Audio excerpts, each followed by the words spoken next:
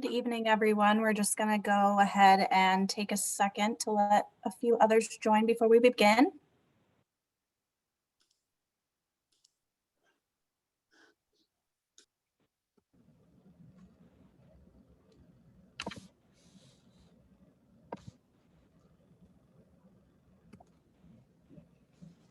Okay, and we'll go ahead and start. Good evening. My name is Alicia Epic, and I am the National Manager of Development Operations and Direct Response for the American Liver Foundation. On behalf of everyone at the American Liver Foundation, I would like to thank you for joining us for this first installation of the Northern California Medical Advisory Council's Enrichment Series. The title of tonight's program is Health Disparities in Liver Disease, National and International Perspectives.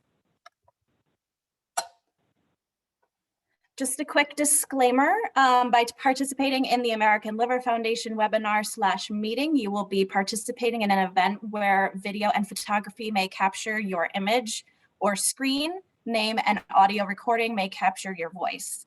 Upon logging into this program or event, you consent to ALF's third-party video recording, audio recording and or photography, and its /their editing, release, publication, exhibition, or reproduction to the use of news, webcasts, promotional purposes, telecasts, advertising, inclusion on websites, or for any other purposes that the ALF, its vendors, partners, affiliates, and or representatives deem fit to use. And this just letting you guys know that you're going to be recorded, and we will be putting this on our YouTube. So we just wanted to let you guys all know. So as a reminder, the mission of the American Liver Foundation is to promote education, advocacy, support services, and research for the prevention, treatment, and cure of liver disease.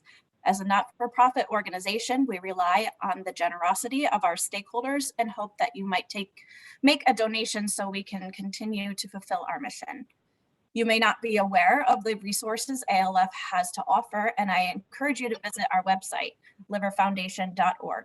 There you will find upcoming educational programming for healthcare professionals, patients, and events such as our upcoming Liver Life Walk, Coast to Coast on June 5th. And as you can see, on April 29th, that's this Thursday from 5 to 6 Eastern, we have the Journey Together Palliative Care, and then our virtual advocacy days. That's where we, get together and basically present our issues and support bills and legislation for liver patients and their families. I'd like to take a moment to recognize our sponsor for this evening, Salix Pharmaceuticals. We truly appreciate their support and encourage you to thank them all as well. It is now my pleasure to thank our local Medical Advisory Council co-chairs for their continued support and leadership. Please join me in welcoming Dr. Jennifer Guy and Dr. Courtney Sherman to say a few words about the Medical Advisory Council and introduce our MCs for this evening. Good evening, everyone. On behalf of Jennifer and myself, we'd like to welcome you to the first in this series of seminars on health disparities in liver disease. But before we jump into our program, we wanted to take a moment to thank the ALF staff and the members of the Northern California Medical Advisory Committee, without whom incredible programs like the one that we are attending tonight would not be possible. As you all know, the past year has really challenged us all in ways that we could not imagine.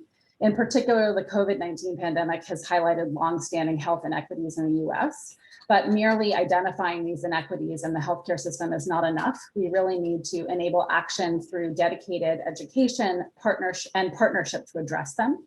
We thank you for taking the time to attend this evening and hope that this seminar series inspires you to take a really critical look at how to better serve your patients, colleagues, and the healthcare system as a whole. We'd like to thank the planning committee for all of their hard work in bringing this very important program to life. It is truly my pleasure to introduce the moderators for this seminar, two truly remarkable individuals who work tirelessly to care for people with liver disease and move the field of hepatology forward on a daily basis. Dr. Kedis Yamam, transplant hepatologist and director of the Autoimmune Liver Disease Program at California Pacific Medical Center, and Dr. Nizar Mukhtar, director of hepatology at Kaiser San Francisco. So without further ado, I will turn it over to Dr. Mukhtar and Dr. Yamam.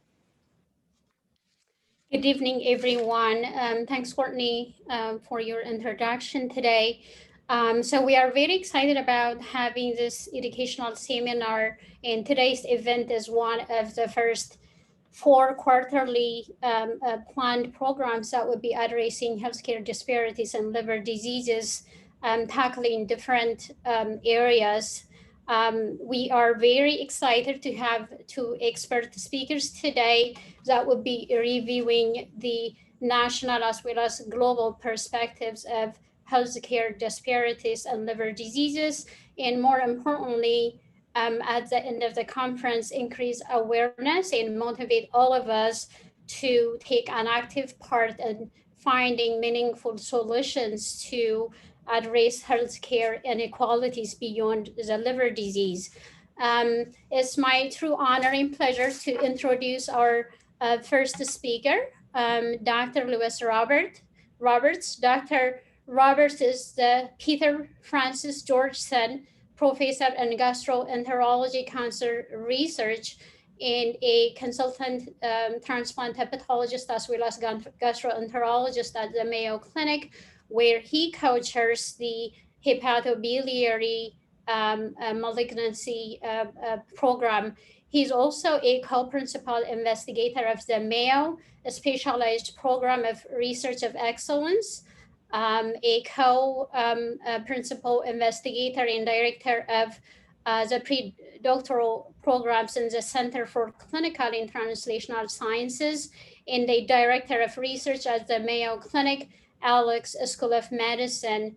Dr. Roberts earned his medical degree from University of Ghana Medical School, a PhD in physiology and biophysics from the University of Iowa, and he completed his postgraduate trainings in internal medicine, gastroenterology and hepatology, and cancer genetics at the Mayo Clinic.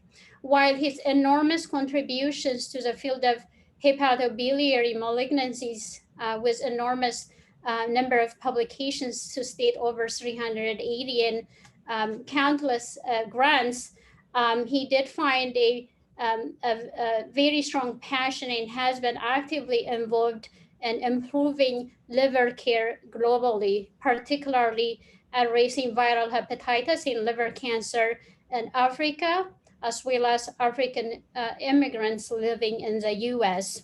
Dr. Roberts is currently the Deputy Director of Hepatology and on the editorial board of Liver Cancer. He serves as the President of Africa Partners Medical, which is a nonprofit organization focusing on improving healthcare delivery in Africa.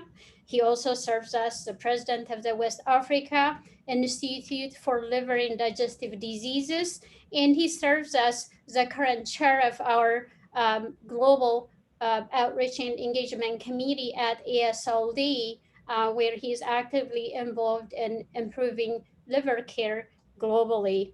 Dr. Roberts, we're very grateful to have you be part of this program today. Dr. Nizar will introduce our next speaker.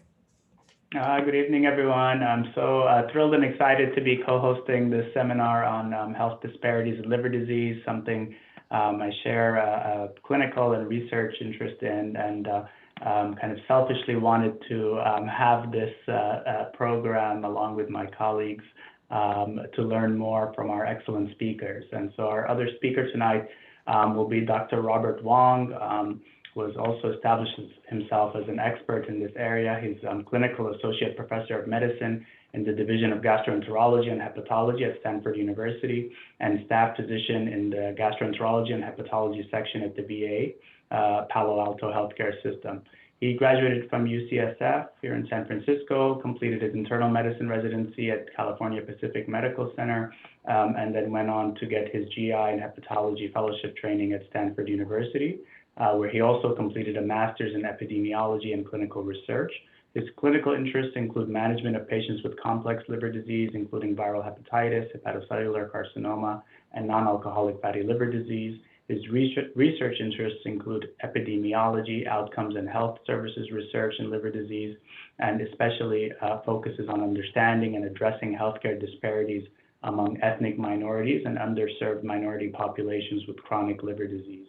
His most recent work has sought to understand the drivers of disparities in hepatitis B and C treatment among safety net populations, as well as to understand the patient, provider, and system-level factors that contribute to disparities in liver cancer screening and surveillance among ethnic minority and underserved safety net populations with cirrhosis. It's really a pleasure to have you, Dr. Wong, with us today, and we'll go ahead and turn it over to Dr. Wong to deliver the first part of this seminar. Perfect. Thanks so much, Nazar, for that wonderful intro, and thanks Geddes, Courtney, and the ALF team for inviting me to be part of this first in the series. Health disparity is definitely something I'm very passionate about, so I'm very excited to share. So I'm going to go ahead and share my screen here. And Dr. Wong, as you're getting your presentation up, I'll just invite the audience, please feel free to put questions in the chat box, and we'll keep track of them, Geddes and I, and we'll have a Q&A session at the end of both talks, but please go ahead and put in your questions in the chat box. Great. Well, thanks so much. I'm so excited to get this started, so I'm going to go ahead and jump right in. So my task today is to talk about healthcare disparities in chronic liver disease and really focus on the local and national perspective. They're my disclosures. So the objectives of today's talk to understand the complex cascade of care for patients with chronic liver diseases, illustrate healthcare disparities experienced by ethnic minorities and vulnerable populations in particular. And then I'm going to use 3 specific diseases. Healthcare disparities in liver, we can really have 5-day conferences on this and still not really address all the important concepts. But I'm going to focus on 3 specific diseases: hepatitis B, hep C, and HCC in screening and cirrhosis populations, to highlight a few areas where I think healthcare disparities are particularly relevant. Chronic liver disease patients, as all of us here know, are very uniquely vulnerable populations. The majority of those that are affected comprise ethnic minority and underserved, low socioeconomic status groups. Also, these populations have very high prevalence of risk factors such as alcohol, concurrent substance use that not only predispose to liver disease progression, but also contribute to disparities in timely access to care. I'm going to start with hepatitis B. This is a figure that many of us are very familiar with and really emphasizes the ethnic diversity of hepatitis B prevalence in the world, predominantly from Asia-Pacific regions and African continents. And that's important to remember because as we see these patients I don't know why this pops up. As we see these patients in our clinic in the US, how do I not show this?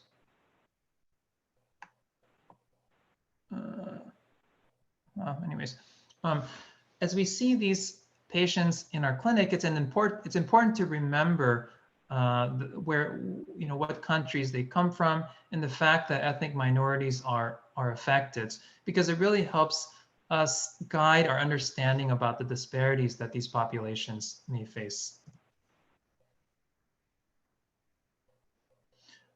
I don't know, do you guys see this screen that pops up on the top? We see your slide with the map of the world and numbers. Oh, okay.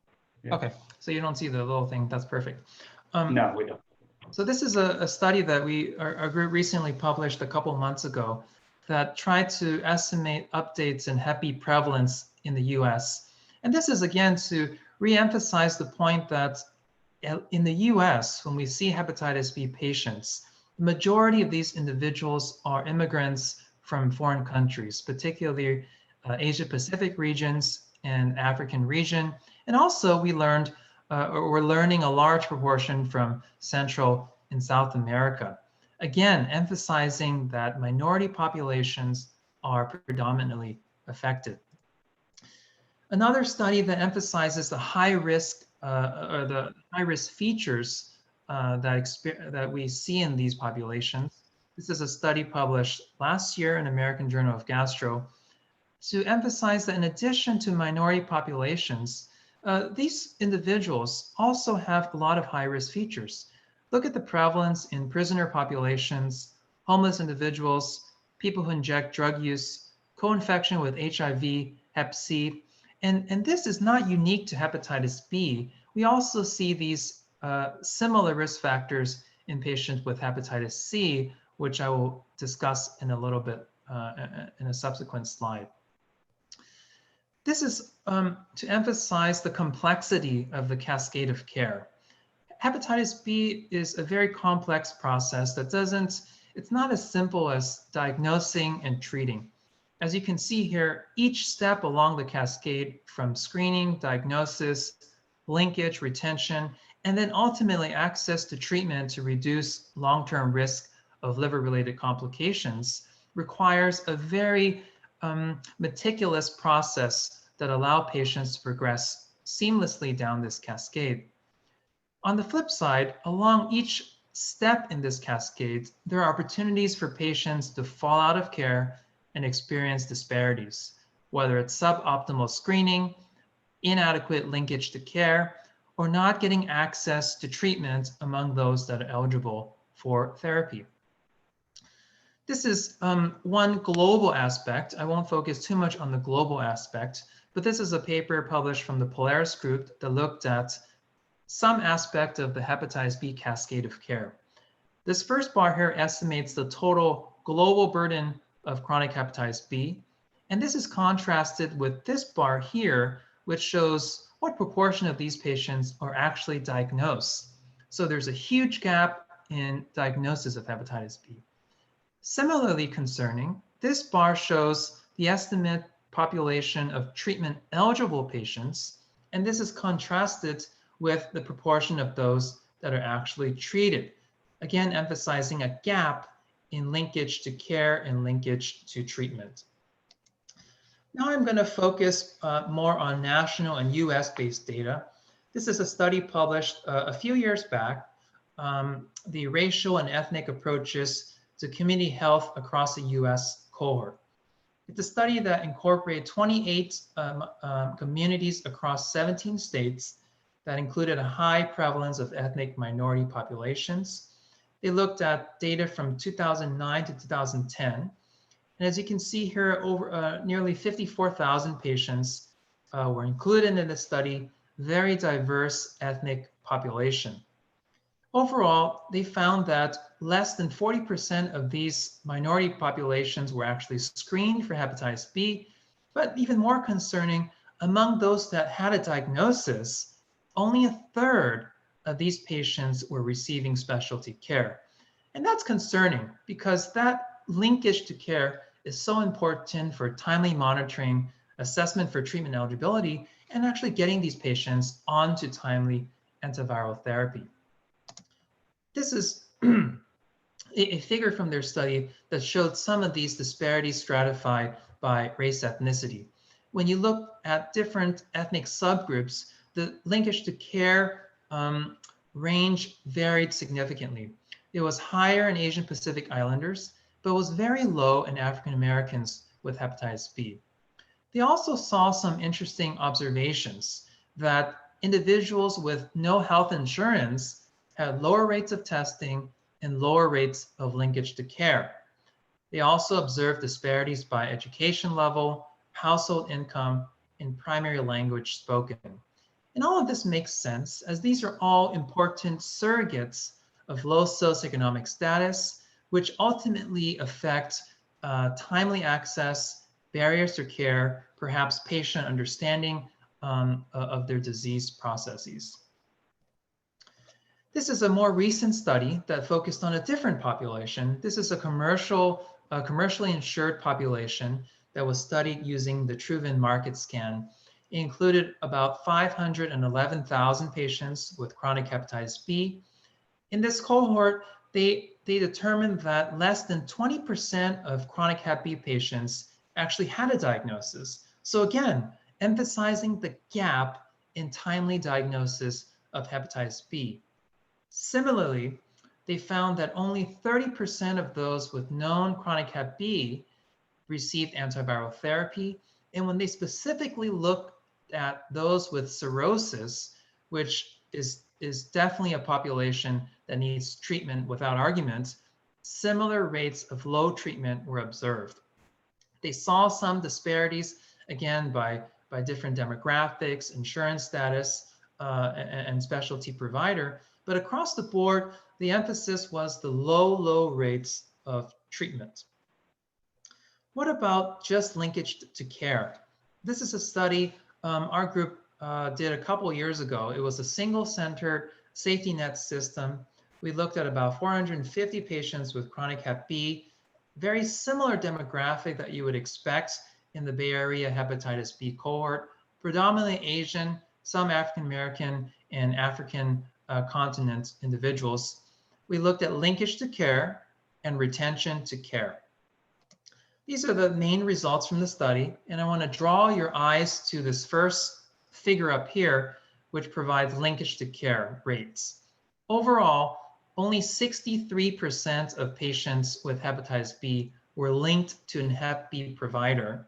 Among those that were linked, less than 70% actually had continuity of care. We saw some differences. Our cohort was relatively small, but we saw some differences by race, ethnicity, and then very importantly, those that were engaged into care that actually had a primary care provider were more likely to be linked and retained into care, which makes sense and goes into the concept of patient engagement with ultimate long-term monitoring.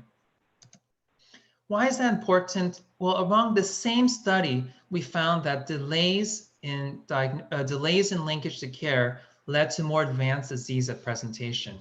And in fact, of those, 28% of patients had cirrhosis at presentation, and many of these individuals had liver decompensation.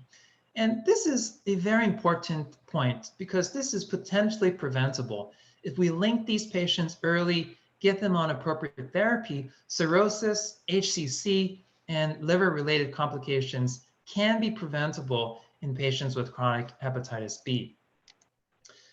And this is a more recent study we did to follow up on that. That previous one was a single-centered study. We combined with 3 other centers. So across 4 safety net systems that incorporate over 5,000 hep B patients, we first looked at what proportion were eligible for treatment. Among those, what proportion actually received therapy.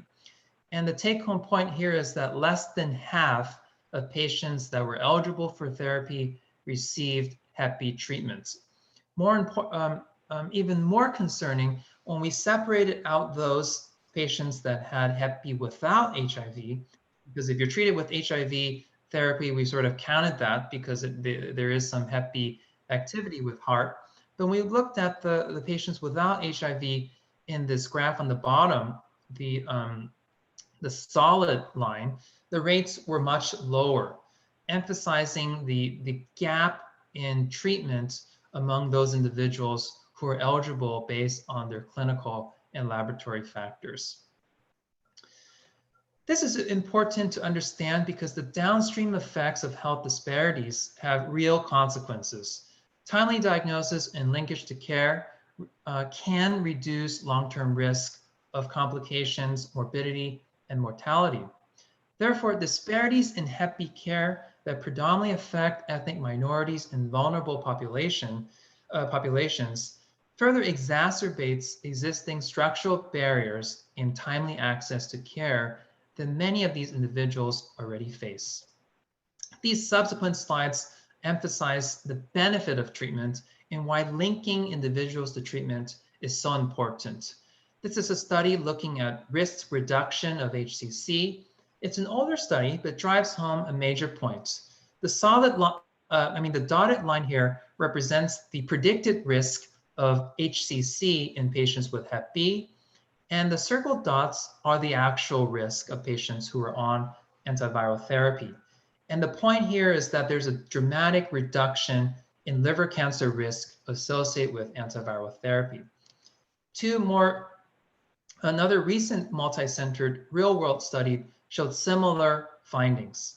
Across an 8-year cumulative risk of HCC assessment, they saw significantly reduced risk of liver cancer in patients that were treated compared to those that were not treated with Hep B therapy. The same findings were observed whether you focused on Hep B patients with cirrhosis or Hep B patients without cirrhosis. So the benefit of therapy spans across all Hep B patients and disease states. And then finally, even in non-cirrhotics, what about risk of cirrhosis? This is a recent study we just completed with 4,000 Hep B patients without HIV, again, focusing on safety net populations. We used propensity score match analyses to look at the impact of antiviral therapy on reducing risk of cirrhosis in patients that don't have cirrhosis to begin with. And this is important because this shows that even in patients without cirrhosis, not only do you reduce the risk of HCC, but over a median follow-up of about 6.3 years, we found that treatment was associated with a 35% reduction in the risk of developing cirrhosis. And this really emphasizes the point of understanding disparities in the cascade of care. Because if we can understand what are the drivers of disparities, we can improve monitoring, improve treatments, and thereby reduce the long-term risk of hepatitis B related complications. I'm going to move over and talk about hepatitis C. This is just one global snapshot to emphasize, similar to Hep B, Hep C is very much a global burden, and affects a lot of ethnic minority populations as well. In addition to minority populations, Hep C affects high risk, or Hep C patients have high risk features that are important to understand because those can affect timely access to care as well. This is a study published a couple years ago in Hepatology. The main goal of the study was really trying to estimate prevalence of Hep C. But they focused, what I wanted to draw your attention to was their subset analysis of certain high-risk groups, including incarcerated individuals, homeless individuals, and what is not captured in some of the large data sets that we use to estimate prevalence are individuals with active substance and drug use. But look at the prevalence in these high-risk populations that they investigated, namely the incarcerated and homeless individuals. Prevalence was 11%. And among substance abuse and IV drug use individuals, the prevalence is similarly, if not higher. And it emphasizes the importance to understand these high-risk features when trying to care for and help our patients bridge the barriers that they experience in timely access to care. Similar to Hep B, not going to belabor this point, but I like to also think about it as a very complex cascade. We're lucky to have really effective therapies nowadays, but getting patients to therapy is not as simple as it seems. It requires meticulously going through the cascade, screening the right individuals, diagnosing them, linking them to care, getting them treatment, finishing treatment, and ultimately achieving reductions in long-term risk.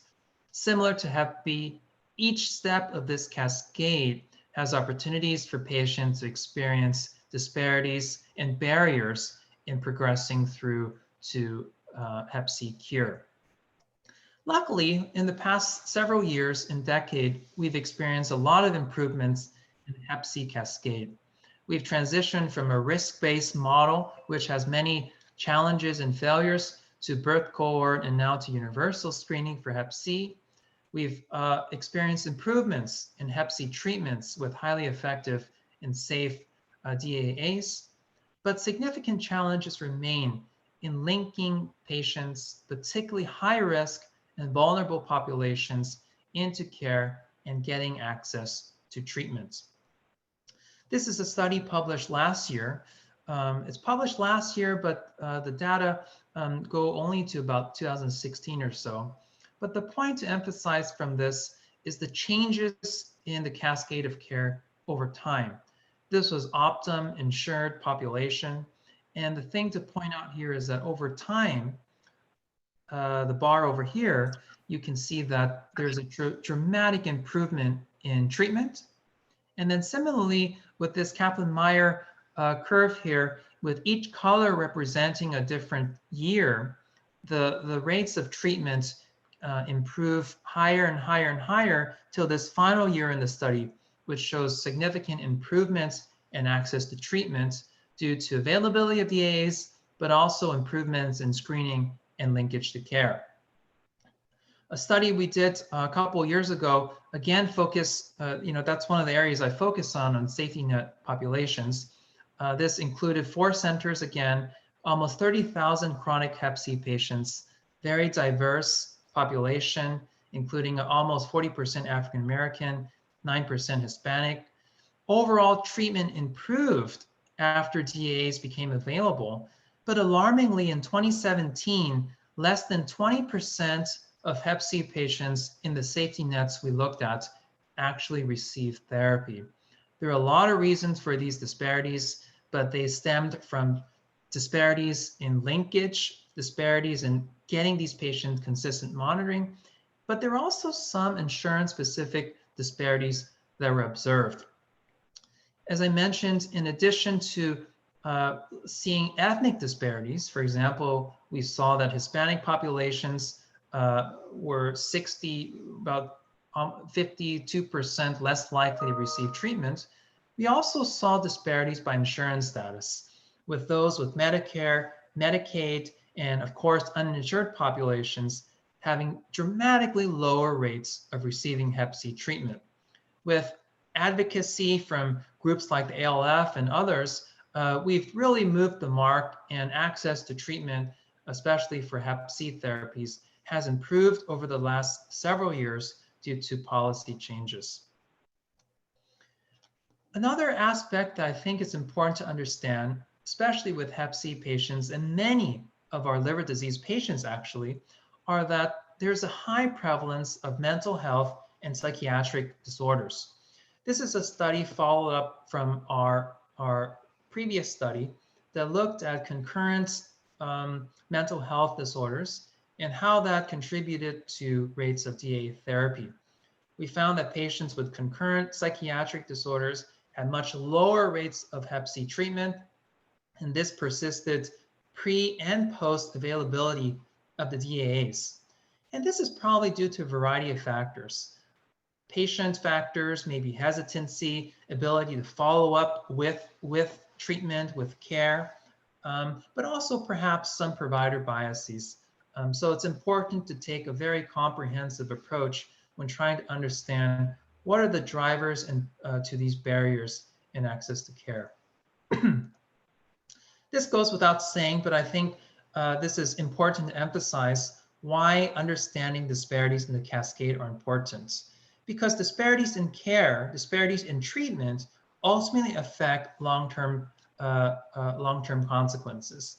This is a landmark study published in JAMA about 9 years ago that showed that treatment in Hep C cure is associated with reduced risk of liver cancer, liver mortality, and all-cause mortality.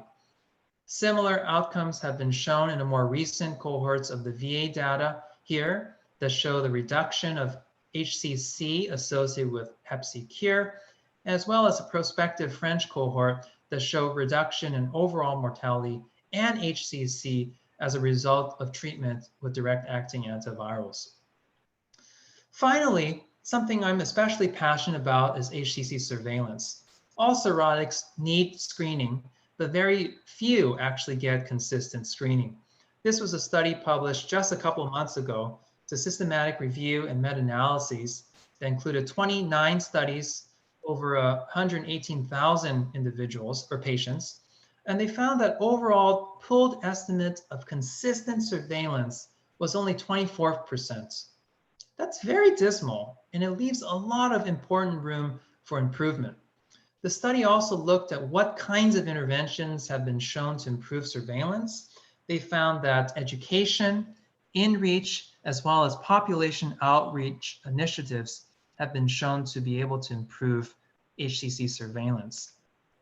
As with viral hepatitis, HCC screening and surveillance also has a very complex cascade of care, starting with accurately identifying who's at risk, implementing screening, continuing surveillance, and even after you diagnose HCC, the importance of linking these individuals to multidisciplinary care to get effective and potentially curative therapy.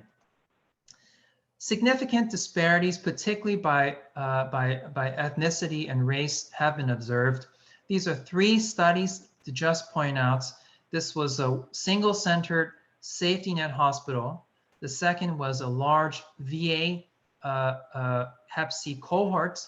And then finally, using the SEER National Cancer Institute data, showed that across these 3 different populations, we saw consistently lower rates of screening for HCC in African Americans compared to non-Hispanic whites, emphasizing the importance of ethnic disparities that persist when we think about HCC surveillance in cirrhotics. Why is it important? Similar to viral hepatitis, disparities in screening for HCC have important downstream consequences, which contributes to more advanced tumor stage of diagnosis. It affects curative options for treatment and ultimately survival. In the same way, that's why disparities in the HCC cascade that predominantly affect minorities and vulnerable populations exacerbate existing barriers that these groups already face in timely access to healthcare. And really, we need to take a very comprehensive approach. There's no one size fits all or one factor that is a magic bullet, and really comprehensively addressing patient factors, system factors, but also provider factors are needed to comprehensively understand these disparities in liver disease care and to develop innovative ways where we could potentially mitigate these disparities. How do we mitigate disparities in liver disease? Well, we first need to acknowledge that there are multifactorial contributors, and this is compounded by the complexity of liver disease care, that these patients are critically ill, particularly our cirrhotics, and many of them have significant comorbidities and a lot of different life, stress, and clinical factors that may pull for their attention. These are high risk and vulnerable populations. And as I mentioned earlier, we can't apply a one size fits all solution. And we need to incorporate an individualized, multi-pronged approach that incorporates education, both patients and providers, integration of care to make the cascade seamless, and innovative ways to really understand and address these disparities that exist. I'm just going to highlight 3 quick examples to show what kinds of things have been done. This is from the University of Michigan, where they were trying to improve Hep C screening. I'm not going to go over details of this, but this is really just to illustrate the complexity of the Hep C screening cascade. So many different providers are involved, so many moving factors, and what they did was they integrated several different improvements as well as a best practice alert to try and improve screening. Their main goal was just improving screening, and you can see the resources that went into that. Main take home here, you can see before and after their intervention, there was a huge improvement in screening, and that was their primary outcome. So that was great. Despite that improvement though, you see that all of them were referred to specialists, but as we go down the cascade of care, you see people dropping off by those that are actually seen, those who are treated, those that completed. So this emphasizes that while this is an important intervention, it again illustrates the need for comprehensively addressing each step along this complex cascade. This was a study that Mandana and I did where we focused on patient education and how can that potentially improve patients' knowledge of hepatitis B, and does that actually translate into improved care? We prospectively assessed Hep B patients' Hep B knowledge and awareness. We developed a targeted educational intervention using small focus groups. And then following the intervention, we tried to understand, did this improve a patient's knowledge and awareness of hepatitis B? And then how did it actually lead to changes in care? Because that's the most important thing that we're trying to change and improve. Well, as expected, with this educational intervention, we did improve their knowledge score, and this was sustained over a follow-up period of almost 6 to 8 months. But look at this. When we looked at clinic follow-up, laboratory monitoring, HCC surveillance, as well as Hep B treatment in those that are eligible, all of those improved. This wasn't really our primary outcome, but we saw that just by empowering patients with knowledge and awareness, they became more engaged and followed up with testing, surveillance, and more patients followed up on recommended Hep B therapy. What about HCC cascade? This is a study by Amit Singhal down in Texas that looked at 3 different arms of patients that had cirrhosis. One was a usual care arm, meaning they came to clinic, we assessed them and recommended HCC screening. There was 2 intervention arms. One was a mailed outreach where they reminded patients to get HCC screening. And then one was pairing the outreach mailer with the patient navigator to try and understand what were the barriers in getting you in to screen and how can we try and navigate these barriers. Look at this, just with a mailed outreach, this intervention, there was a dramatic improvement in patients that completed HCC screening. There was a little bit of a bump with navigation, but it really emphasizes that something as simple as a reminder, a mailed outreach can improve HCC screening in safety net populations. Other studies have tried integrating reminders into the EHR. That's something that's very easy to do. This is a study across 8 VA centers that integrated reminders into the EHR and showed that just with this intervention, there was improvement of 51% from baseline. And when they looked at centers that had this EHR reminder versus those that did not, those that did were 30% more likely to receive appropriate HCC screening. So these were just 3 quick examples, but there are a lot of different opportunities for us to address disparities in care. And I think the most important thing is to understand that disparities are unique to the patient and the situation. And you really need to start by understanding what are the drivers of the disparities, individualized interventions that target the specific unique barriers that these patients face, and of course, approach it in a very comprehensive fashion that doesn't neglect potential patient, provider, or system level factors that may be at play. So hopefully in this talk, I was able to emphasize a few points. Chronic liver disease predominantly affects ethnic minorities, underserved and vulnerable populations. And these populations already exist, already experience disparities in timely access to care. But you throw upon these patients the complexity of liver disease care, the fact that regardless of the liver disease state, there's a multi-step complex cascade that is necessary. And it's very difficult to navigate this in our current fractured healthcare delivery model. We know that disparities in liver disease care are multifactorial. And what I hope I've convinced you is we need to understand and address patient, provider, and health system level barriers if we're really going to be able to make a dent in these disparities. And then finally, in the spirit of this comprehensive approach, we really need to focus on education of patients and providers. We need to focus on integration. How do we integrate care to make it less fractured, to make it more seamless and intuitive for patients and providers? And what kinds of innovations can we develop, whether it's tech or other types of innovations that we can integrate into care to improve the delivery model of care for patients with liver disease with the hope of reducing the disparities that they currently face. And with that, I think I will end my part of the presentation. Thank you so much.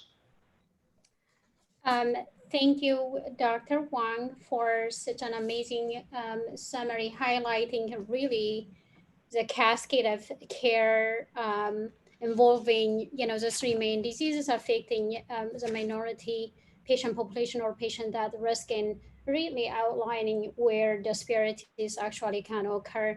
And thanks for showing us some of the interventions that have worked in mitigating some of the factors. We look forward to hopefully having more time to discuss some more specific interventions that we can all be involved in. So with that, I will invite our second speaker, Dr. Lewis Roberts, to cover the global perspective of healthcare disparities in liver diseases.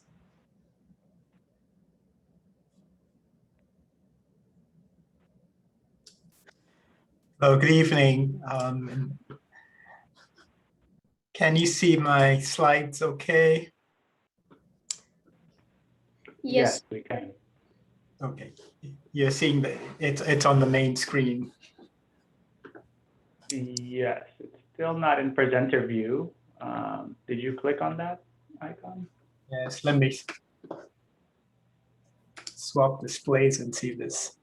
Does this help? Mm, No.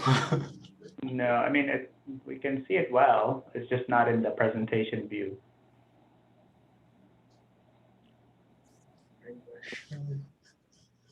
But if you wanted to go through the slides, I think we can see it. It's projected in a good way.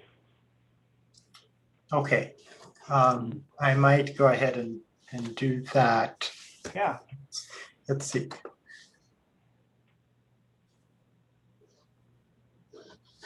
Why did I go ahead and do that? So I'd like to thank the American Liver Foundation and Drs. Yimam and Mukhtar for the opportunity to present to you this evening. Thank Dr. Wong for setting the stage with the discussion of disparities in liver disease care, including particularly viral hepatitis and liver cancer. And what I'll try to do is have a discussion of some of the global disparities in liver cancer and viral hepatitis, but particularly from an African perspective. And so first, I think it's important to really strike a note of urgency and remind us all that the HCC epidemic is here now. And in many places in the world, this is a major cause of illness and death. And that is primarily due to chronic viral hepatitis.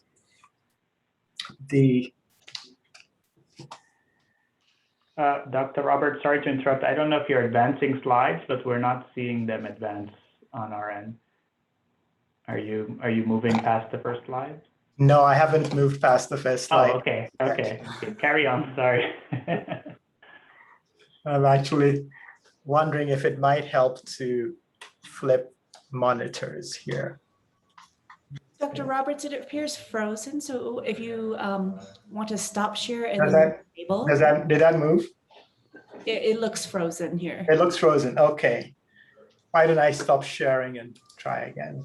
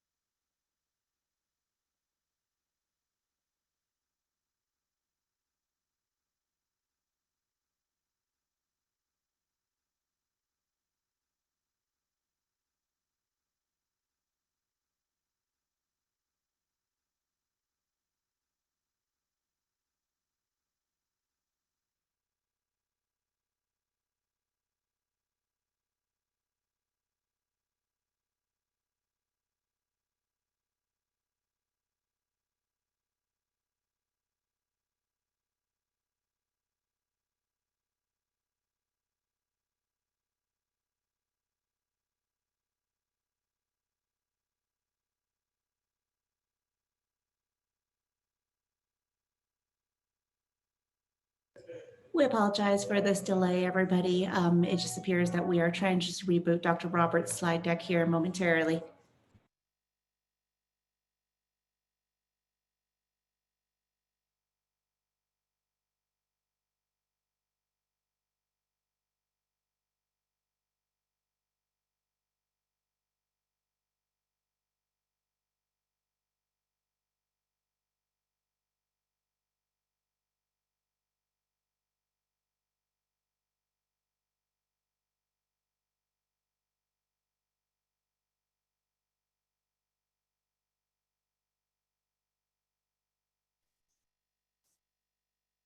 Can you hear me? Yes, welcome back. Okay, sorry about that. Let's see if this makes any difference.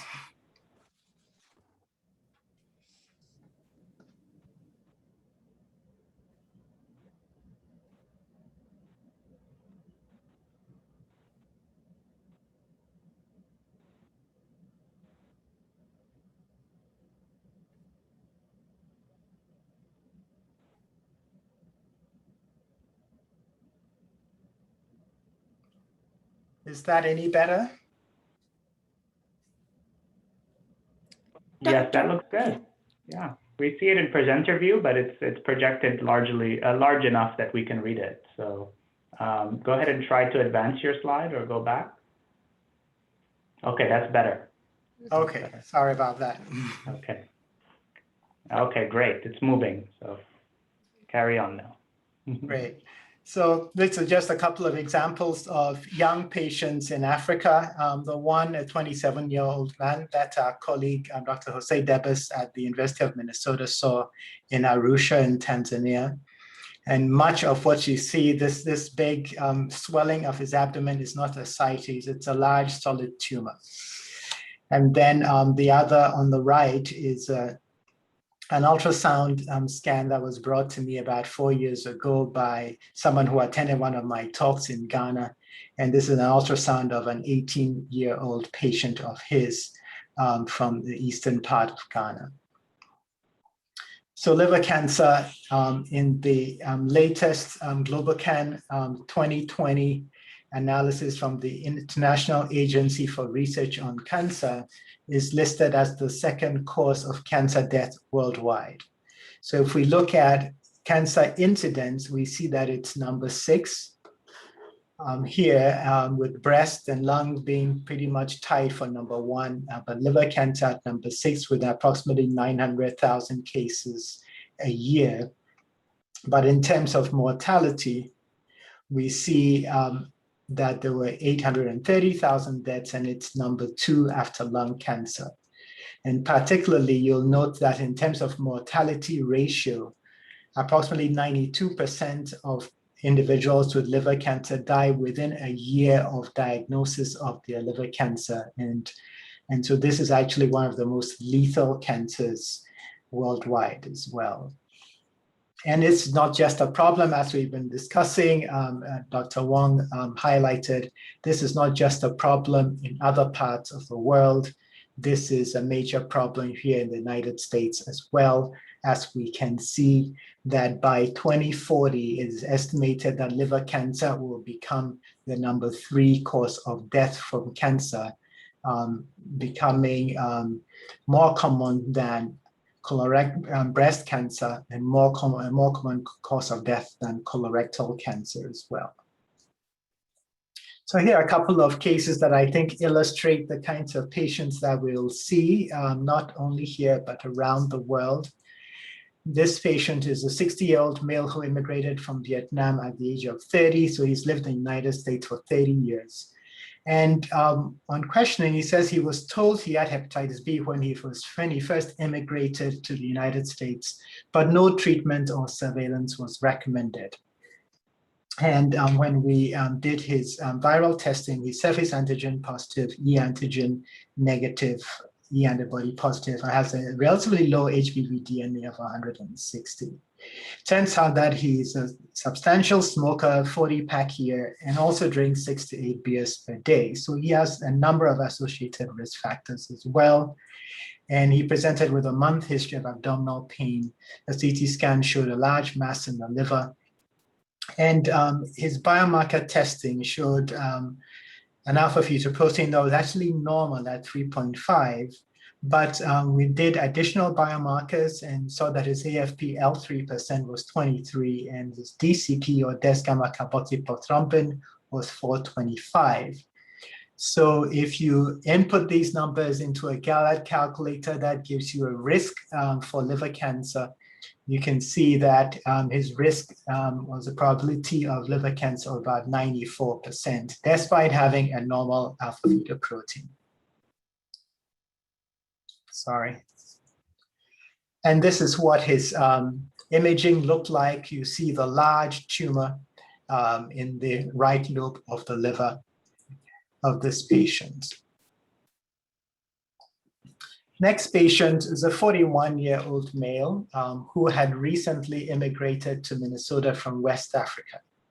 He presented with fever, weight loss, and fatigue. In fact, the physicians that first saw him thought he might have malaria, but he was hepatitis B surface antigen positive, E antigen negative, had also a low HBV DNA of less than 20, but the CT showed a large mass in his liver.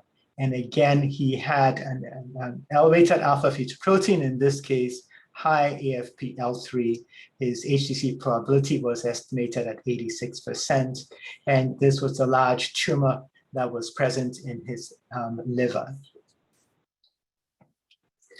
So Dr. Wong mentioned that the major cause of death from liver cancer worldwide is chronic hepatitis B, with chronic hepatitis C also being a major cause of death. And over 250, he showed us the updated numbers, about 290 million people with chronic hepatitis B worldwide. One of the programs that we've developed has been a program studying chronic viral hepatitis and liver cancer in immigrants from Africa that are living in the United States.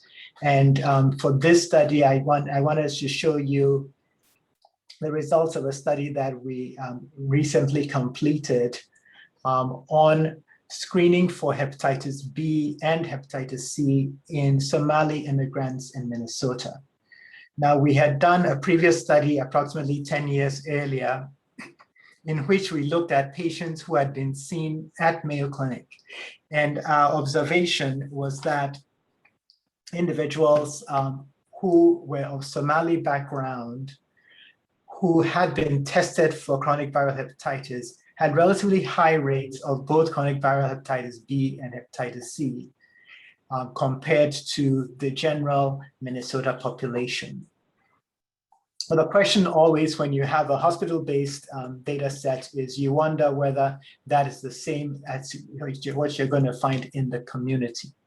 And so we did this study to try to understand the community prevalence of these diseases. And so what you see here is that looking at hepatitis B surface antigen positivity by age, we see that prevalence is about 8% for females and 11% for males by the 21 to 30-year age range. And then it rises over time. And you can see in the population that is above 50, we had rates in males of ranging from 14 to 24%, and rates in females ranging from 15 to 34%. In terms of ever having been exposed to chronic hepatitis B, that's the core antibody positivity, you can see again, the rates start rising, in this case, below the age of 20. So this is mostly 18 to 20-year-olds, and then actually continues to rise throughout by age. And above the age of 50, we were seeing rates of 60 to 74% in males and 53 to 76% in females. Chronic hepatitis C was interesting in that we did not see the high rates that we were seeing for chronic hepatitis B at younger ages. But you can see that some of these rates are still substantial when we compared it to the rates Dr. Wong was showing us for the general US population. In that, for example, in 21 to 30-year-old males, there was a rate already of 3.4%. And this rose in the above 60-year age range. We can see rates in males of 14 and 40%, in females of 25 and 24%. Overall, the age-adjusted rates for hepatitis B were around 12%, and for hepatitis C, around 5%. If we look at the global epidemiology of hepatocellular carcinoma, we see that the major areas of high incidence are in Asia and Africa. And these are the regions of the world that have the highest rates of chronic hepatitis B. In particular, we also see within Africa, in sub-Saharan Africa, having high rates and with high prevalences of chronic hepatitis B, but particularly Egypt, which has the highest rates of chronic hepatitis C globally, has a particularly high rate of HCC as well.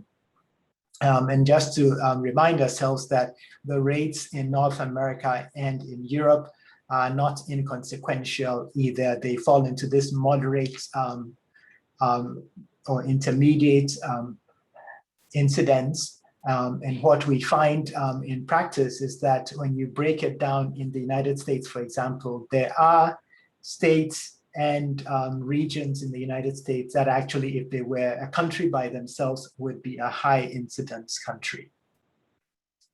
So a number of years ago, we developed a consortium that we call the African Network for Gastrointestinal and Liver Diseases, and set out to better understand liver disease and liver cancer in Africa. And in particular, we were all intrigued by the observation that we were making that hepatocellular carcinoma occurs at a substantially early age, or earlier age in sub-Saharan Africa compared to the rest of the world.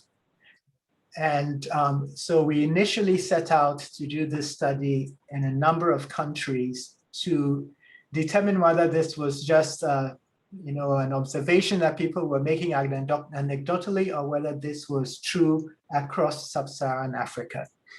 So we developed a network of investigating sites in 7 different countries, in Cote d'Ivoire, Ghana, Nigeria, Sudan, Uganda, Tanzania, and Malawi, and gathered information on about 1,500 patients who had been seen at medical centers in these countries. And we asked actually initially a fairly simple set of questions. What the age was at diagnosis of liver cancer, what the gender of the patient was, and if the physicians knew what the underlying etiology of the liver cancer was. And what we saw here is that we had the majority of cases being hepatitis B-induced liver cancers. The next most common group was hepatitis C-induced liver cancers. And then we had a group that were presumably due to other causes like alcoholic liver disease, and a few patients that had a combination of hepatitis B and hepatitis C as the cause of their liver cancer. But as we had we had learned anecdotally, this group of individuals with hepatitis B-induced liver cancer had a median age of onset of approximately 42 years across these countries, with quite a wide range, but a range that actually extended all the way down into the teens. In terms of hepatitis C-induced liver cancer, the median age was around 55 years. And if we looked at those individuals who had co-infections, it seemed as though B was the dominant virus and that they tended to have the earlier age of onset that we saw with hepatitis B. Looking at this by country, then we noticed that there was some variation by country, just even looking at hepatitis B-induced HCC. So in Malawi, for example, we saw the youngest age of onset about 35 for median age. In Ghana, Nigeria, and Uganda, it was 40 years. Then it went up in Tanzania and Cote d'Ivoire, and Sudan, interestingly, it was 58 years for median age. And if we look at the profile of the age distributions, we see that hepatitis B-induced cancers peak in this sort of 30 to 40 year age range. And the hepatitis C-induced cancers peak in more like a 50 to 60 year age range. So another study that we did, which I think was really instructive, was we tried to address the question, what happens when people move from Africa to the United States? What happens to their age at onset of HCC or age at diagnosis of HCC? Do they maintain the early age of onset, or does the age of onset change because they move and their environment changes?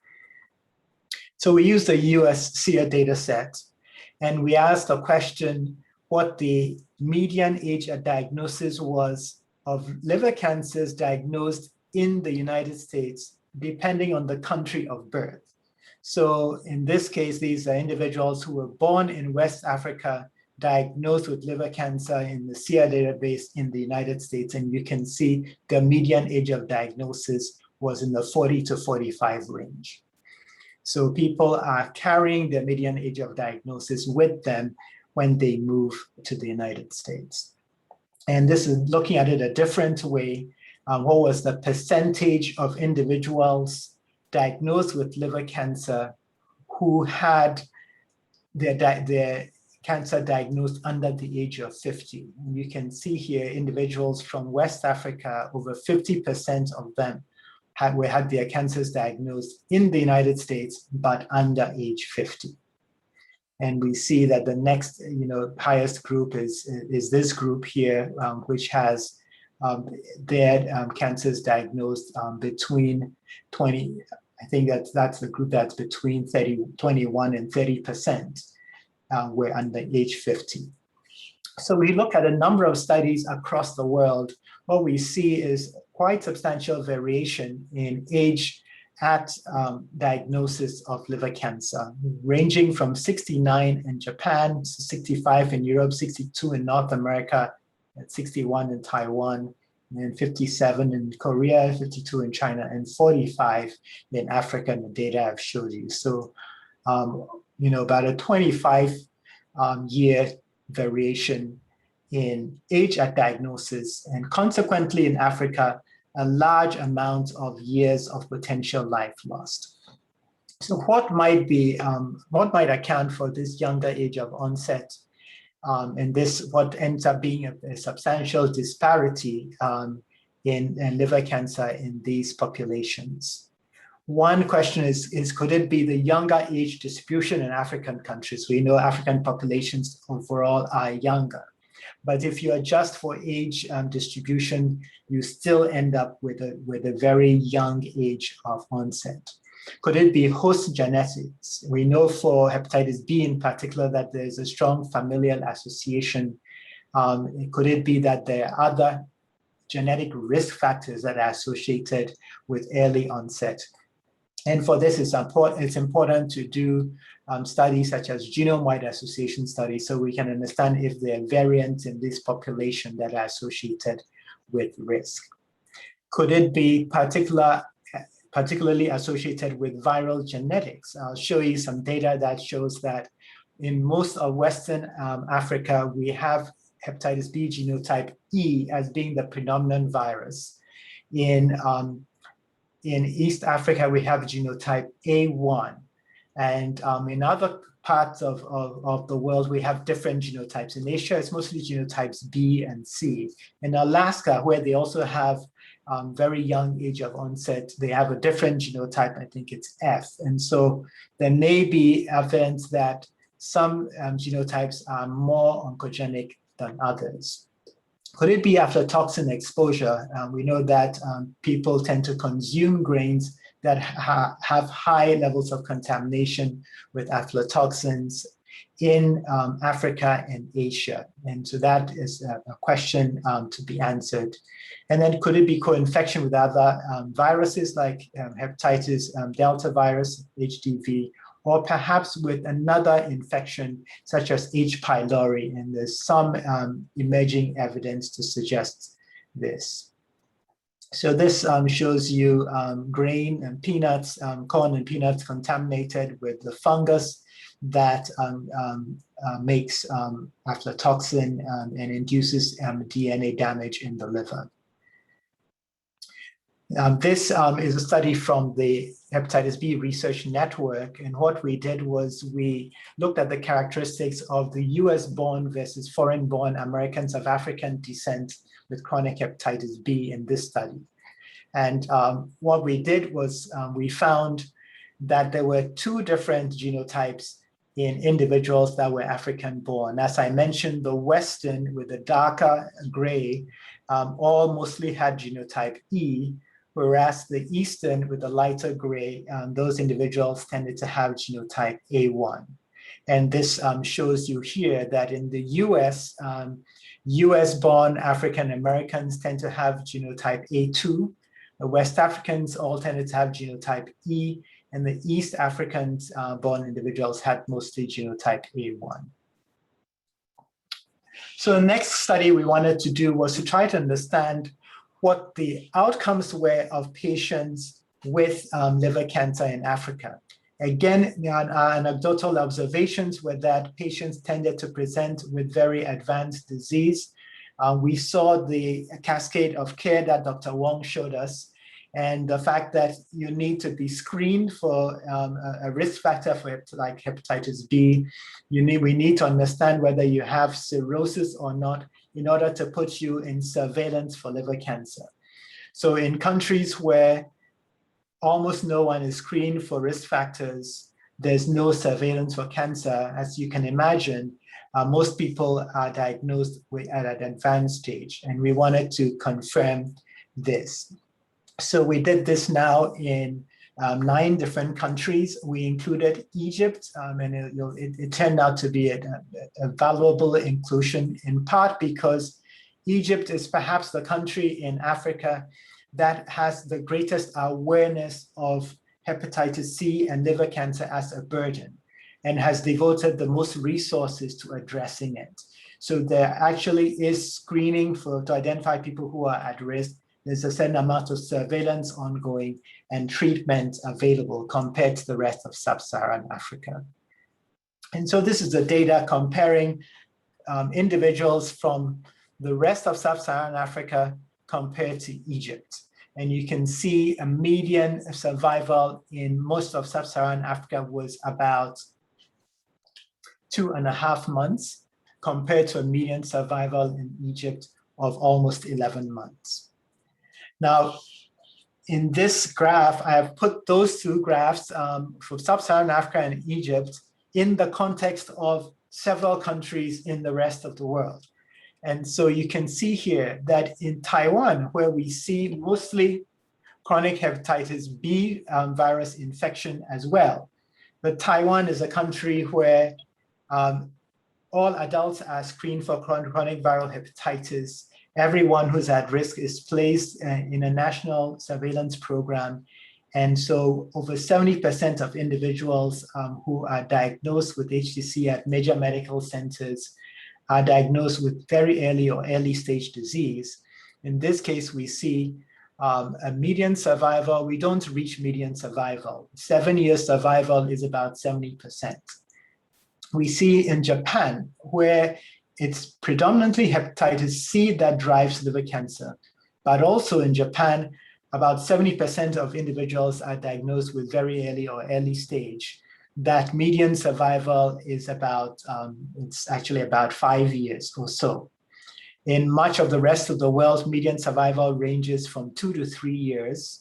And this includes North America, South Korea, Europe, and China.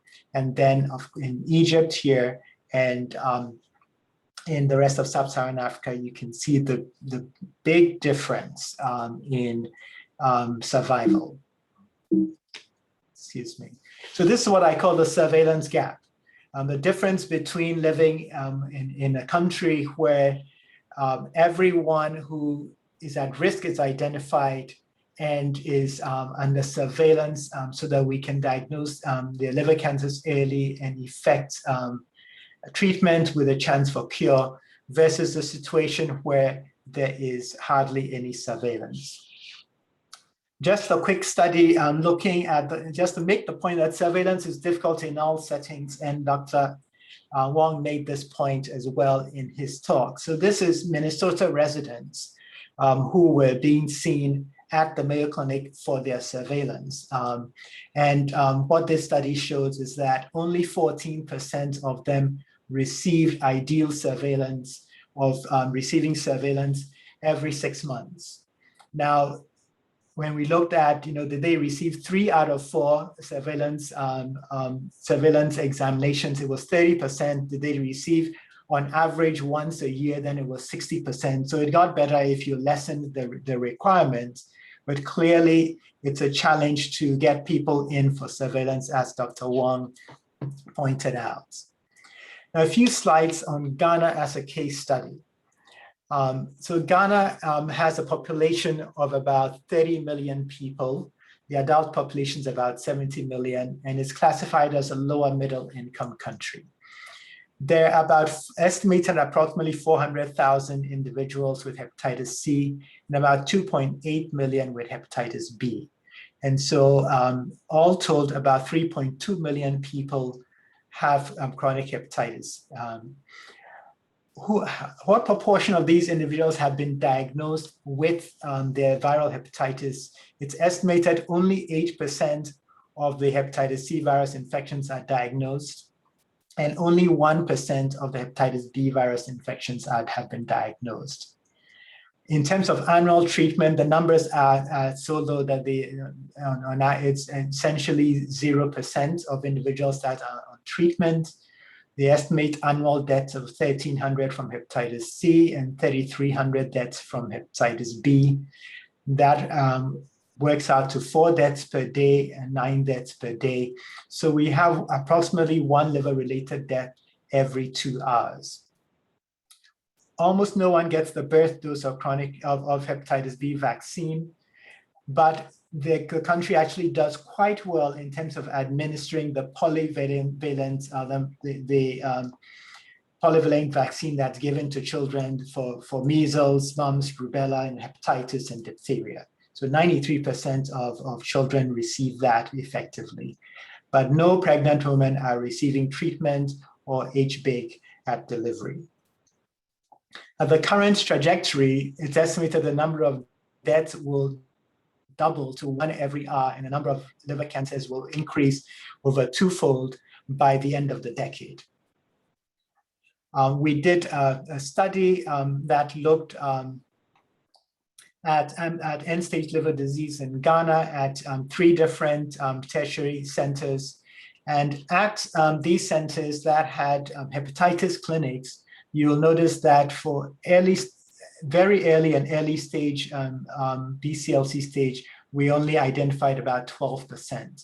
So the majority of people with advanced and terminal stage disease, when they presented, that's about almost 70% of the individual. So that's really sort of the opposite of Taiwan.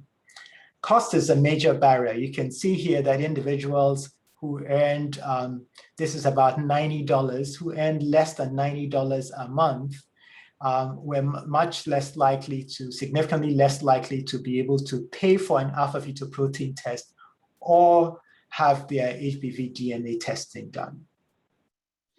So finally, I want to make the point that it's important, for example, particularly with the observation of the early onset of liver cancer, for us to be able to characterize these cancers and better, excuse me. It's important to be able to characterize these cancers, better understand their underlying molecular structure so that we can work on improvements in screening, surveillance, and treatment. But this is a slide from the NCI and National Human Genome Research Institute funded Cancer Genome Atlas project, which was a global project that was completed a couple of years ago, studying cancers of all types across the world. And it's interesting to observe that the consortium included countries from 4 different continents, about 2,600 whole cancer genomes from 38 tumor types were sequenced. There were essentially no cancers from Africa in this data set. And so this just emphasizes the importance of research for better understanding the disease so that we can better improve treatments. So what are some of the key global needs to reduce liver disease death? It's important to inform and educate populations and policy stakeholders. We need to try to achieve universal hepatitis B vaccine coverage, prevent mother-to-child transmission of hepatitis B, promote hepatitis B and hepatitis C screening in high-risk populations, reduce the environmental exposures to aflatoxin and other toxins, prevent the metabolic syndrome, and promote alcohol and smoking cessation, these other risk factors that are synergistic with viral hepatitis, develop national programs for HCC surveillance in at-risk persons, develop and implement improved early detection strategies, and promote access to treatments for hepatitis C, as well as, of course, for hepatitis B, for hepatitis B and hepatitis C, as well as for hepatocellular carcinoma. And then for those who present with end-stage disease, it's important to promote palliative care for these individuals. I have a number of resources that I've listed here, things or organizations to consider engaging with if you have an interest in health disparities globally, particularly in Africa. And really like to thank you for your attention. Wow, thank you so much, Dr. Roberts. That was a fantastic talk, very tremendous effort that you've made as far as putting Africa on the map with respect to liver disparities research. Really hats off to you. And I was pleasantly surprised and proud to see Sudan included in your group there, and also surprised to see a favorable health statistic, so to speak, relatively as far as HCC age. We don't get many of those in Sudan, so we accept that. That's great. But thank you. I think at this point we wanted. Sorry. I was a bit sad that Ethiopia was not on your map, by the way. We're working on that. As we're holding it down for East Africa. But tremendous, really, Dr. Wong and Dr. Roberts. The amount of research you've done has been incredible. I'd love to start the Q&A session at this point with a question to both of you. Considering your, incredible research portfolios, would love for you to share with us, what are some of the challenges you faced in doing health disparities research, and how are you able to overcome them? what were some very valuable tools that you found as you began your research careers focused on health disparities in liver disease? And maybe we can start with Dr. Roberts.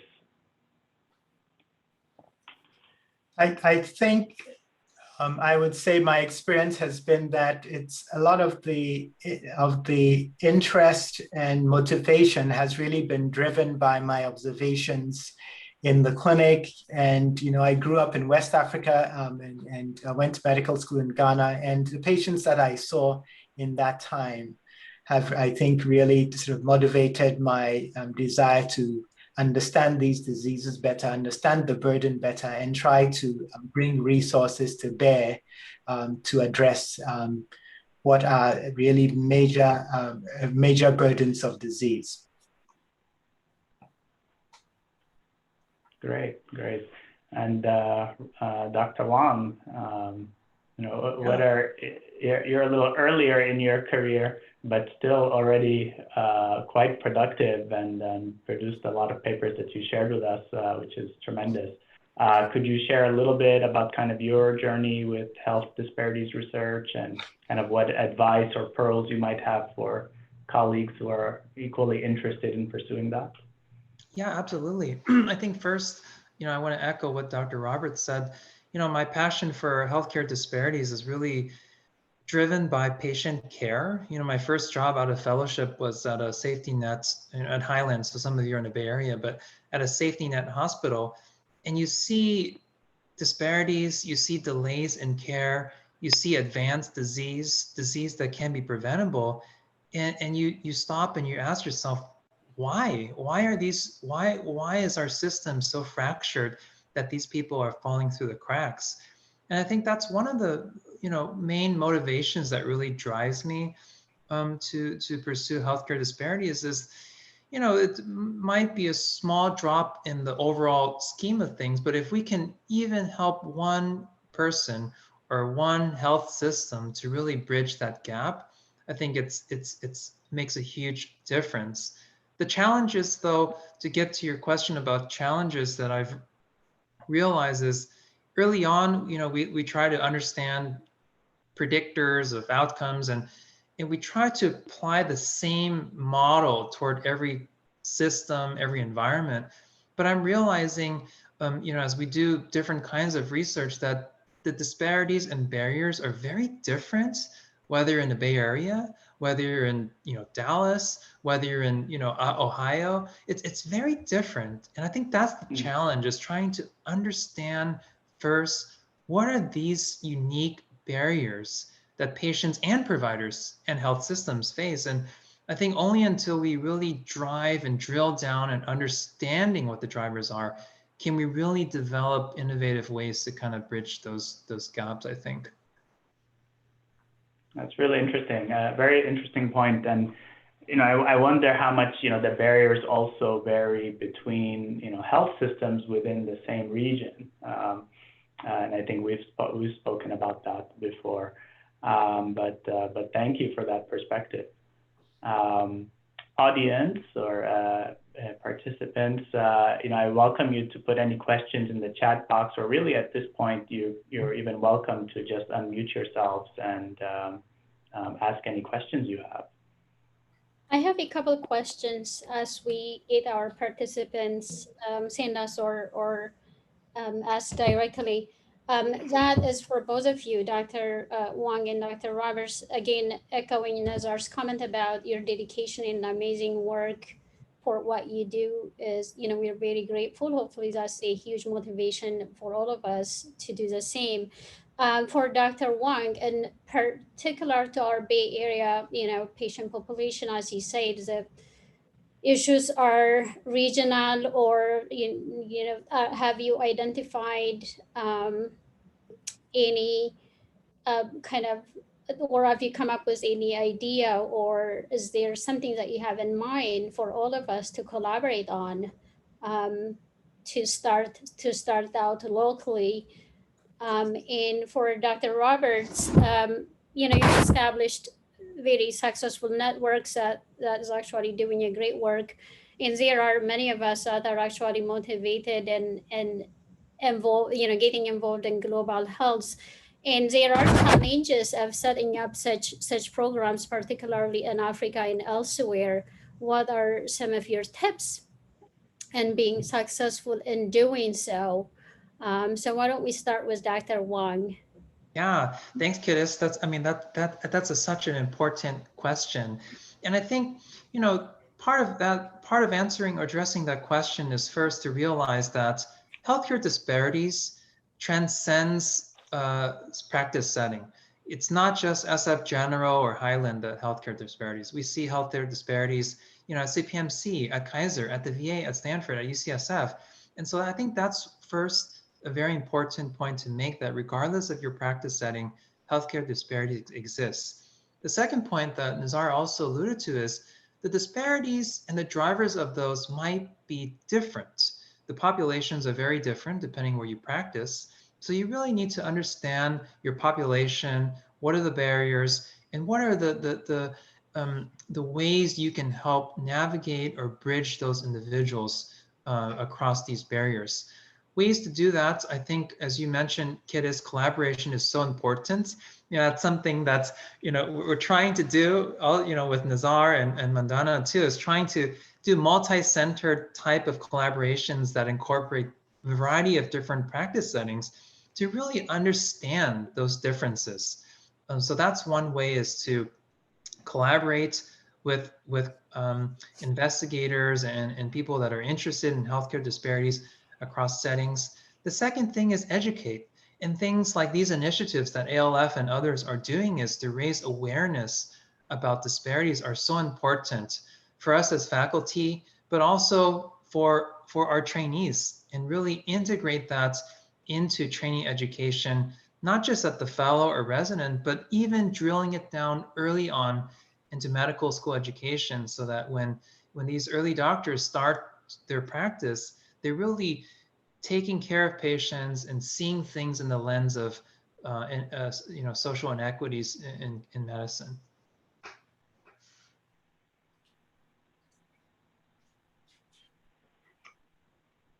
Oops, Great, I thanks. think Dr. Imam, Yeah, one thing that we should definitely take from this meeting today is really actively start collaborating. So thanks, Dr. Wong. Dr. Roberts, you can proceed. yes, I think a few points. One is it really helps to be committed for the long term, for people to see you sort of year after year, continuing to show an interest in them and their patients and their work, because I think that sometimes people have the sense that, someone's visiting from another country, they're here to do their research and then leave with the products of their research without really a sustained effort to improve conditions on the ground. So I think one of the things that was helpful was that actually we engaged with our teams in primarily educational efforts in terms of building capability for a number of years before we even thought to put together a research group and a research infrastructure. I think it's important to look for trusted partners, to look for people who also seem motivated to make a difference with their patients. And we've been fortunate to find collaborators to work with to try to make a difference. And I think it's important to try to, as I said, to build local capabilities, to leave things better than when we came. So that's always at the front of our minds in the work we're doing. I also want to insert here, Dr. Roberts, that you're the chair of the Global Outreach and Engagement Committee at ASLD, and I'm very fortunate to join that group this year. So one of the things that we're working on is really engaging, the local community, make them partners to make a meaningful change. So, if any of you are interested in getting engaged in this group, it seems such a wonderful committee with a bigger impact, I think. Nazar, sorry I interrupted you.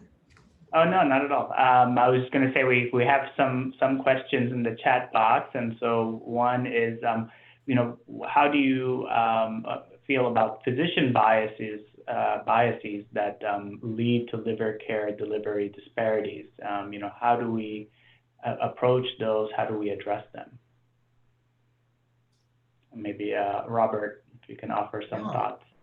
Yeah, thank you for that question. I think it's so important, and really, I'm glad this person can see the chat, but I'm glad this person brought up, because it really asks us to look at ourselves and understand what are our own biases and how this contributes to disparities. It's a difficult question, and I think that part of it is awareness and education.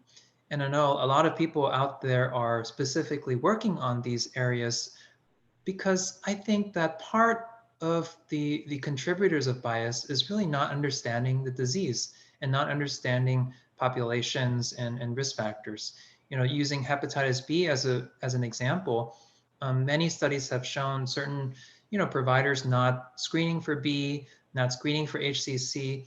But when they drill down into what are the reasons why this is not happening, many times it comes back to not being aware, not having the resources to be up to date with guidelines, and of course, other things. In a busy primary care practice, for example, there's so many different things that are going on. But I think education is key, and perhaps raising awareness it can put a dent in some of the biases that do exist. Absolutely. Excellent. And I think kind of piggybacking on your prior statement about, really incorporating some of these concepts into the training of the next generation of physicians. We have a question in the chat box that says, do you have any tips or pearls on how to guide or educate trainees in recognizing and acting to minimize disparities? And would love your thoughts on that, and then Dr. Roberts as well. Yeah, I try. We have trainees across different stages of learning, medical students, residents, and then definitely fellows. So at each stage of the training, you sort of have to individualize how you approach disparities training or raising awareness of disparities. I think for fellows and residents, integrating that into patient care, every time you see a patient, for example, that has delayed diagnosis or advanced disease or missed treatment, missed appointment, I try to help them ask themselves, why do you think this happened? And how could this have been prevented? And oftentimes, those simple open-ended questions can lead to really important discussion about assessing that patient's risk factors, their home situation, lack of transportation, homelessness, no social support, mental health, substance abuse.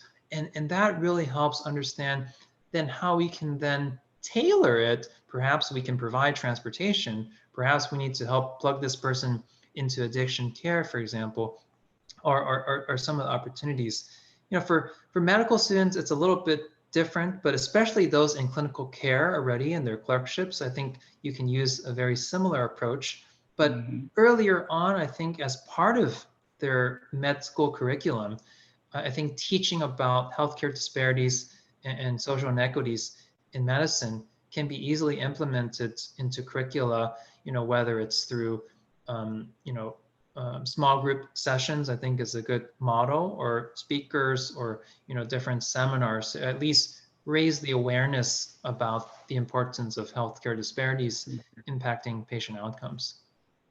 I love these ideas. Dr. Roberts, how have you, I'm sure you've been called upon to give training to faculty even on these types of topics. How do you approach educating colleagues and trainees on this subject matter? I think looking beyond what seems to be the obvious answer sometimes it's really helpful, trying to drill down and understand why a patient is making a decision that they are making that you might think, that's a different decision than the one I might have recommended, can be quite helpful. We did a study that I won't tell the full details of, but the net of it was that we were seeing that a smaller proportion of immigrant Somalis were being cured of hepatitis C than of the general, white non-Hispanic population that we were seeing, both at Mayo and then the University of Minnesota. So we did a joint study.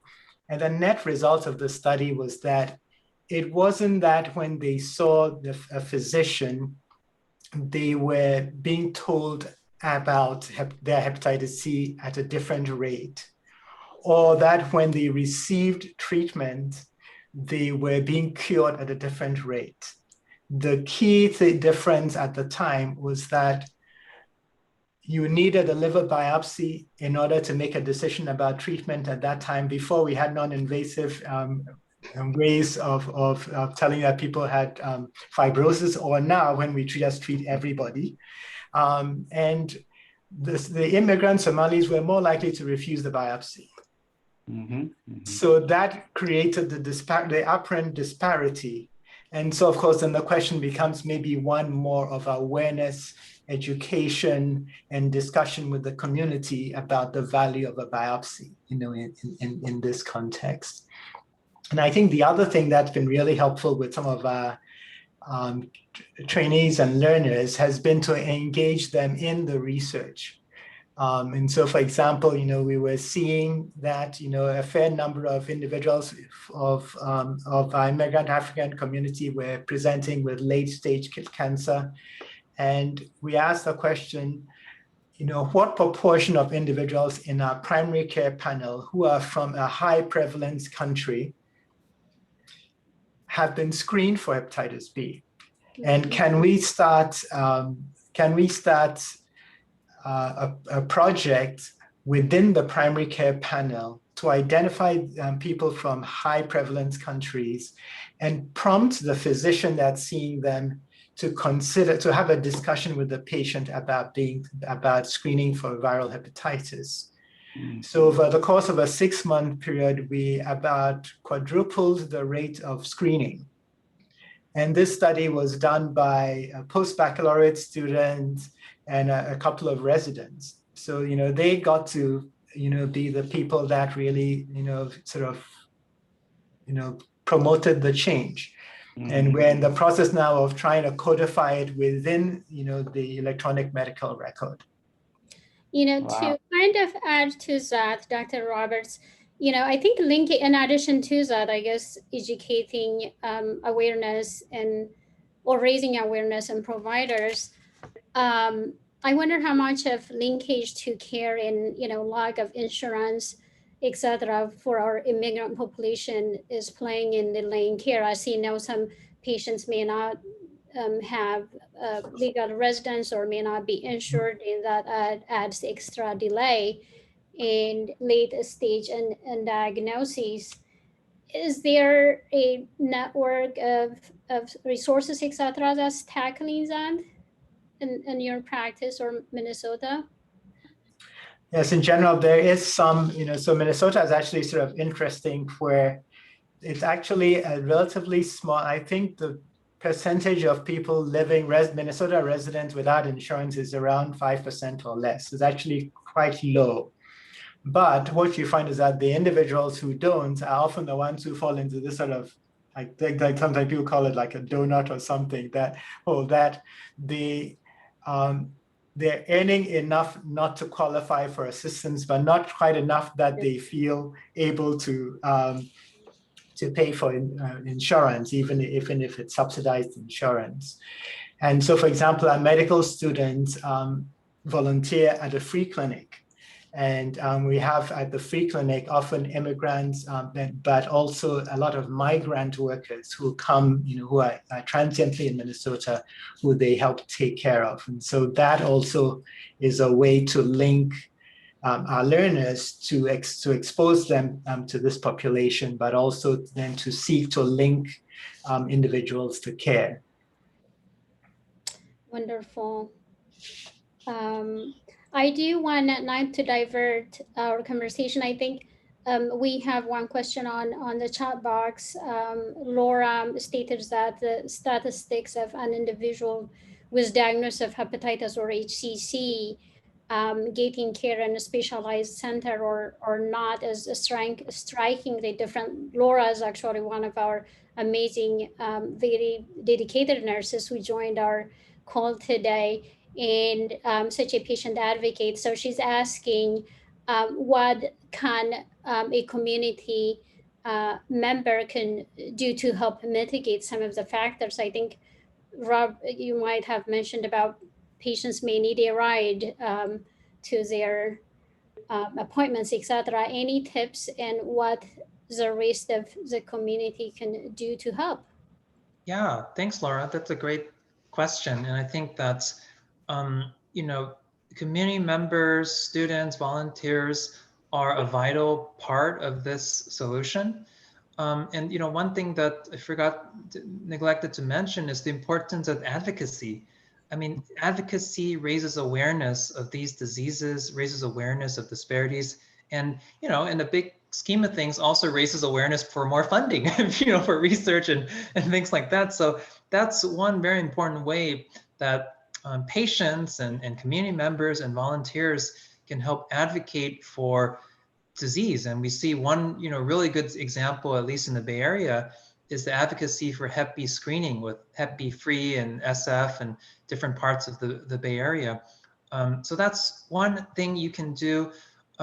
Partnering with organizations such as, you know, ALF or universities like UCSF, Stanford, Kaiser, CPMC. I'm sure all of these are places where there are opportunities to actually for volunteers and students to be engaged sort of at the front line, so to speak, and help patients with different aspects, whether it's as a navigator or helping them you know, get set up for their appointments. Little things like that, I think, are very valuable to help you know, help patients. How about Dr. Roberts? Yes, I think, you know, Dr. Wong is exactly right. And what we've done with the immigrant Somali community, we formed a health advisory committee. We call those the Somali Health Advisory Committee. That's really a community engaged group. And we have a number of students that participate in that, some healthcare workers, but, you know, other community members as well. So we'll join together at health fairs. And what we do is that, you know, we also have the fairly large immigrant Asian community in Minnesota. So we actually, you know, our team will help out, you know, the group that does screening at the, you know, Asian community health fairs, and then they'll help us out when the Somali community is having their health fairs as well. So I think it creates opportunities for collaboration as well.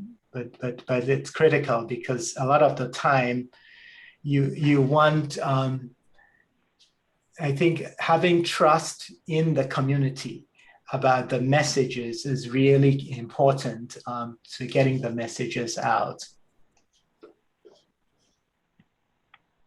You know, as we're just going through some of this factors to mitigate, it really is a multidisciplinary approach. And Nizar, I think I'm gonna have you comment on the question that you always bring up. Is there an example of such a practice, you know, we can adapt from that anybody is aware of, because it's not one piece, it is multiple pieces, you know, starting from the community, patient, primary care, liver, and even more. Nizar, I think you've had a comment about, you know, of a program that's doing something unique. Yeah, that was a question for our speakers is, you know, are there, you know, specific programs that you feel like are exemplary and that, you know, we should try to emulate as far as addressing specific, you know, health disparities in liver disease? And you guys have highlighted some already, but are there ones that in particular you feel like, oh, these guys are really doing it right, whether it's your own institution or another that you would like us to be aware of? Maybe Robert, if you want to start. Yeah, I mean, I think sort of, as you point out, you know, a lot of health systems and programs have, I would say, different aspects of multidisciplinary teams and different cohorts that integrates a lot of these factors, such as, you know, EHR alerts, best practice alerts, patient navigators. And I think all of these, to some degree, do very well address some of the healthcare disparities. I think, you know, back when I was at Highland, I think one unique way that you know, some of the programs have attempted to better reach high risk and vulnerable populations is turning care the other way around. You know, we always expect patients to come to us, but if they're not going to come to us, we can't wait forever, right? So one way to kind of shift the delivery of care is, how can we deliver care to patients? I mean, obviously it's a difficult model, but you know, we've seen providers do that with Hep C screening and Hep C treatment, for example. You know, all around Alameda County, there's different models where we have gone out to what do you call it? Needle exchange programs, for example, to help improve access to Hep C care. And then in SF, I know, you know, UCSF has I forgot the name of it, the band that goes around for outreach. I mean, these are like very amazing types of programs that I think could serve as a model for outreach in a way to better care for those that have difficulty coming in to see us in person. Dr. Robert, any programs you'd like to highlight? I think I'd say that a number of some of the work that's been done recently that I found particularly interesting is work that's been done that's sort of addressing sort of the geography of health disparities. So there was some very nice work by Dr. Kalizao, for example, that she presented at ASLD last year, where she looked at LA County and use a geographic information system to look at the location of diagnoses of HCC at intermediate to advanced stage, so non-early stage diagnosis. And she actually identified that there were pockets within the county where people were being diagnosed with their HCC at more advanced stages. And then made the point that, you know, if you have data like that, you can then target interventions to those communities. And it turned out, of course, somewhat not surprisingly, that those are communities that tended to be of lower socioeconomic status, that had more immigrants, more underrepresented individuals in those communities. But I thought that was a really innovative way of identifying, you know, those regions or areas within the population that we should target our interventions to. I think the other type of research that's been very interesting is some of the work that's been done in Texas by Dr. Amit Singhal and his colleagues at UT Southwestern. I think Dr. Wong showed some of their data, but particularly looking at what are the barriers to people getting, for example, surveillance. And one of the things they've identified as a barrier is just the time it takes to go to, you know, a healthcare facility to get an ultrasound, for example. And so I think what that points to is the fact that for some people, for example, developing a better early stage diagnostic, that's a blood test or urine test, might actually be the thing that, you know, takes away for them the burden of their surveillance and makes it easier for them to go to the closest place that they can have a lab draw for a test that is more effective at early diagnosis, for example. As we're approaching 7 p.m., actually, as much as we love to have the discussion going, we definitely want to give our audience a few minutes to see if they have any additional questions. What do you think, Nazar? Yeah, I think if anybody has any additional questions, either please unmute yourself and ask. Otherwise, put it in the chat box, and we'll try to have our speakers to address them offline. But I think we can go ahead and wrap up the session. And I know Dr. Roberts is a few hours ahead of us in Minnesota, so don't want to keep him much longer. Okay. Well, I just want to thank our amazing speakers with the type of work that you do, your dedication for addressing this important concern in tackling disparities in healthcare. We're very fortunate to have you share your expertise and experience today, and hopefully motivate all of us to be active participants to make meaningful action. And for taking time from your busy calendar to prepare for this talk and be here at late hours. I want to thank our audience also for joining us in early evening or getting late in the East Coast, which is a very important family time. But we appreciate you being part of this conversation today. I do want to thank ALF for supporting us and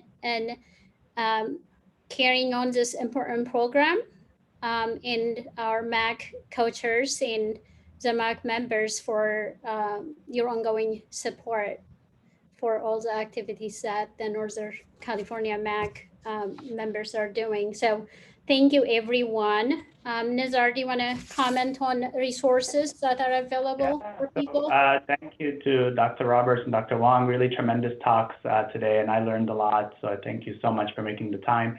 Both Dr. Wong and Dr. Roberts put a lot of resources into their talks, and we'll be sure to extract those and make it available to participants in a toolkit that will be sent out to you for resources for those of you involved in doing health disparities research. And I just wanted to take a quick minute to make a plug for our next session as part of this series on health disparities in liver disease.